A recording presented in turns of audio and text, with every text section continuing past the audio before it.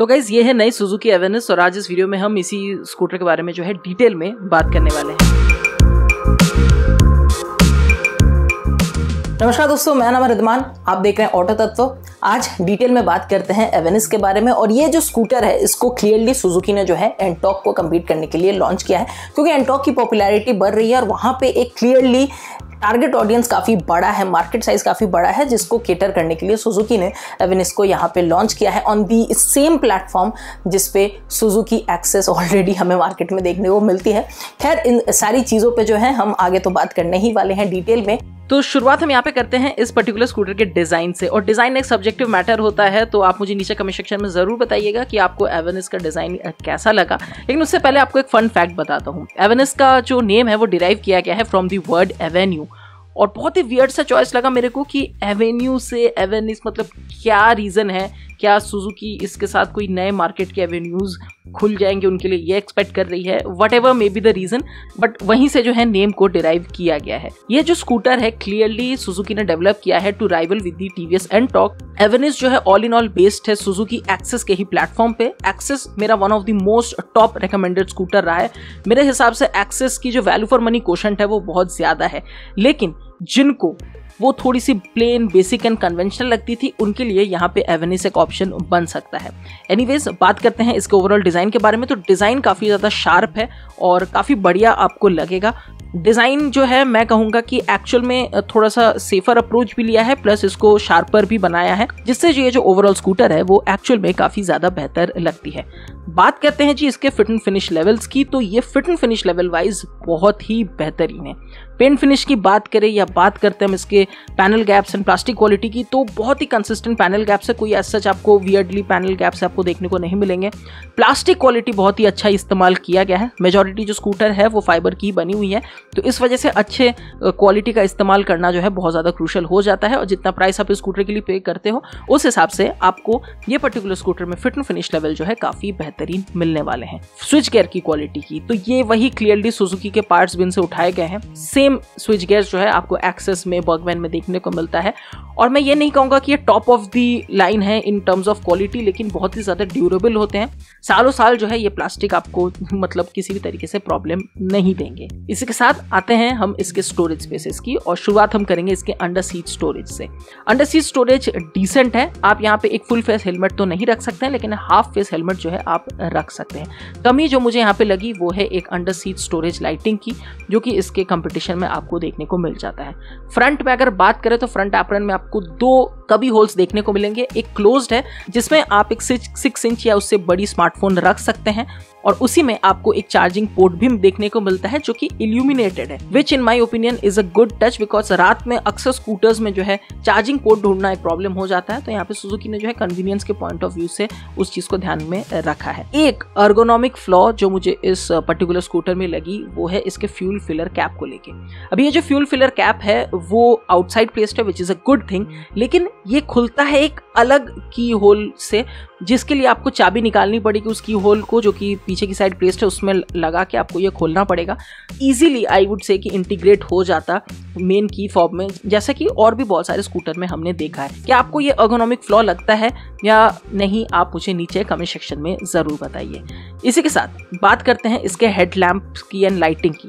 Headlamps में आपको एक एलईडी यूनिट देखने को मिलता है जिसका थ्रो वाकई में बहुत अच्छा है। मुझे बहुत ज़्यादा लंबा टाइम नहीं मिला रात को चलाने का, लेकिन छोटा सा टाइम मिला था जब मैंने स्कूटर को रात में भी चलाया था, और उसमें जो थ्रो है मुझे इस स्कूटर के हेडलैम्प की काफ़ी बढ़िया लगी। इसमें हैलोजन पावर्ड क्लियर वाले इंडिकेटर्स यूज़ किए जाते हैं, और मुझे लगता है कि यहाँ पे एलईडी अगर इंटीग्रेट करती सुजुकी तो शायद और भी ज़्यादा बेहतर होता, क्योंकि ये स्पोर्टी स्कूटर है और वो छोटे छोटे एलिमेंट्स जो है एक्चुअल में ऐड ऑन जरूर करते हैं overall feel of the scooter में। तो चलिए अब बात कर लेते हैं कि आखिर ये स्कूटर जो है चलाने में कैसी है। देखिए, अगर हम बात करते हैं इसके प्लेटफॉर्म की, तो वो वही सेम प्लेटफॉर्म इस्तेमाल किया गया है जो एक्चुअल में एक्सेस का है, जो कि एक ट्राइड एंड टेस्टेड प्लेटफॉर्म है। वही सेम इंजन है, और ना ही इंजन की ट्यूनिंग में कोई बदलाव किया गया है, ना ही ओवरऑल प्लेटफॉर्म पे कोई भी बदलाव सुजुकी ने किया है। तो उस तरीके से जो है उन्होंने एक सेफर अप्रोच लिया है, और उस सेफर अप्रोच को लेने की वजह से ना दो चीज़ें हुई हैं, एक अच्छी चीज़ और एक बुरी चीज़। अच्छी चीज़ की अगर मैं बात करूँ तो क्योंकि ट्राइड एंड टेस्टेड फार्मूला है, तो जो भी खूबियाँ थी एक्सेस की वो सारी चीज़ें बखूबी यहाँ पे एवेनिस में जो है रिटेन किया गया है, दैट इज इंजन स्मूथनेस, और कमाल की स्मूथनेस है। मतलब आप इसको बहुत ही इजीली पिक कर सकते हैं और स्टार्ट एंड स्टॉप ट्रैफिक में जैसा कि आप देख रहे हैं कि मैं चला रहा हूँ, एक तरीके से मैं कहूंगा कि शाइन करता है ये पर्टिकुलर स्कूटर। बहुत ही बढ़िया इंजन का रिस्पॉन्स और रिफाइनमेंट भैया गजब। जो इसका एक्सेलरेशन है बहुत ही स्मूथ है, बहुत ही लीनियर एक्सेलरेशन है और काफी बढ़िया इसका लोअर एंड है। तो आपको एवरीडे सिटी राइडिंग कंडीशन में जो है किसी भी प्रकार की कोई भी परेशानी इस पर्टिकुलर स्कूटर के साथ नहीं आने वाली है। एवेनिस क्योंकि एक स्पोर्टियर ऑप्शन है, तो जो बुरी चीज है उसको मैं यहाँ पे हाईलाइट करता हूँ, क्योंकि यहाँ पे इन्होंने कोई भी सस्पेंशन सेटअप में या टायर सेटअप में कोई भी चेंजेस नहीं किए हैं। वहीं सामने 12 इंच के, रेयर में 10 इंच के हैं और जो ओवरऑल सस्पेंशन है वो भी काफी ज्यादा सिमिलर है।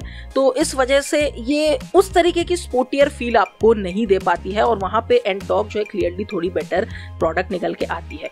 तो अगर आपको लग रहा था कि एवेनिस में आपको बेहतरीन स्पोर्टियर परफॉर्मेंस मिलने वाला है, वो चीज जो है आपको यहाँ पे थोड़ी सी मिसिंग लगेगी। दैट सेड, जो ओवरऑल फील ऑफ राइडिंग है वो काफी ज्यादा आपको सिमिलर लगेगा टू दी एक्सेस। बाकी 50-60 तक के स्पीड में जो है ये स्कूटर बड़े ही आराम से पिकअप कर लेता है, कोई भी दिक्कत नहीं है। और ये चीज मुझे इस स्कूटर की या इनफैक्ट एक्सेस की भी बहुत ही बढ़िया पॉइंट लगती है कि रिफाइनमेंट और स्मूथनेस में तो कोई जवाब ही नहीं है इस इंजन सेटअप का।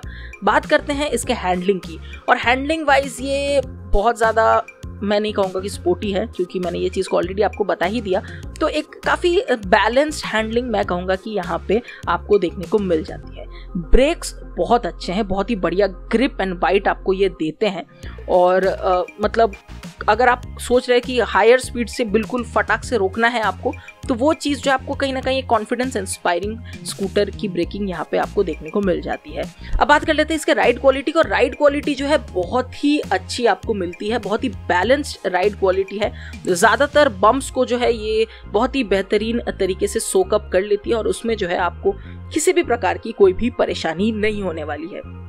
तो क्या आपको एवेनिस कंसिडर करनी चाहिए? वेल, मेरे हिसाब से बिल्कुल कंसिडर करनी चाहिए, क्योंकि ये जो पर्टिकुलर स्कूटर है ये एक ट्राइड एंड टेस्टेड फॉर्मूला पे आता है, जो कि ऑलरेडी हमने सक्सेस होते देखा है इन दी एक्सेस। हालांकि उस चीज़ से हुआ ये है कि यहाँ पे सुजुकी के पास एक गोल्डन अपॉर्चुनिटी था कि एक बहुत ही बेहतरीन स्पोर्ट्स ओरिएंटेड स्कूटर वो लॉन्च कर सकती थी, जिनके लिए उनके पास क्लियरली एक्सपर्टीज़ है। लेकिन उन्होंने सेफ खेला और यहाँ पे एवेनिस को जो है बहुत ज़्यादा बिना चेंजेस किए प्लेटफॉर्म पे लॉन्च किया। सिर्फ और सिर्फ हम कह सकते हैं कि हाँ, कॉस्मेटिकली इसको और ज्यादा स्पोर्टियर स्कूटर बना के मार्केट में लॉन्च किया है। तो यहाँ पे मार्केट क्लियरली अवेलेबल है, लोगों को ये स्कूटर पसंद आएगी। लेकिन जिस चीज़ के लिए आपको ये स्कूटर कंसिडर करनी चाहिए वो है इसकी बेहतरीन परफॉर्मेंस। बहुत ही स्मूथ स्कूटर है, बहुत ही रिफाइंड है, अच्छी फ्यूल एफिशिएंसी फिगर्स आपको रिटर्न करेगी। साथ ही साथ सुजुकी के इंजन्स को हम जानते हैं for the longevity, for their refinement and also for the overall quality of product जो सुजुकी डेवलप करती है। तो उस तरीके से अगर आप एवेनिस को देखते हैं तो ये स्कूटर डेफिनेटली आपको कंसिडर करनी चाहिए अगर आपको एक्सेस जैसी स्कूटर थोड़ी ज़्यादा कन्वेंशनल लगती है। लेकिन अगर आप बहुत ज़्यादा ओवरटली स्पोर्टियर स्कूटर ढूंढ रहे हैं जिसमें परफॉर्मेंस हो, हैंडलिंग बहुत ही तगड़ी हो, तो शायद आपको ये उतनी ज़्यादा पसंद नहीं आएगी। उसके लिए आपको कोई और ऑल्टरनेटिव देखना पड़ेगा। इसी के साथ दोस्तों आज के इस वीडियो में इतना ही। मुझे उम्मीद है कि आपको ये वीडियो पसंद आया। अच्छा लगा तो लाइक करें, नीचे कमेंट सेक्शन में अपने ओपिनियन जरूर दें और ऐसे ही और वीडियोस के लिए ऑटो तत्व को सब्सक्राइब करें। Thank you.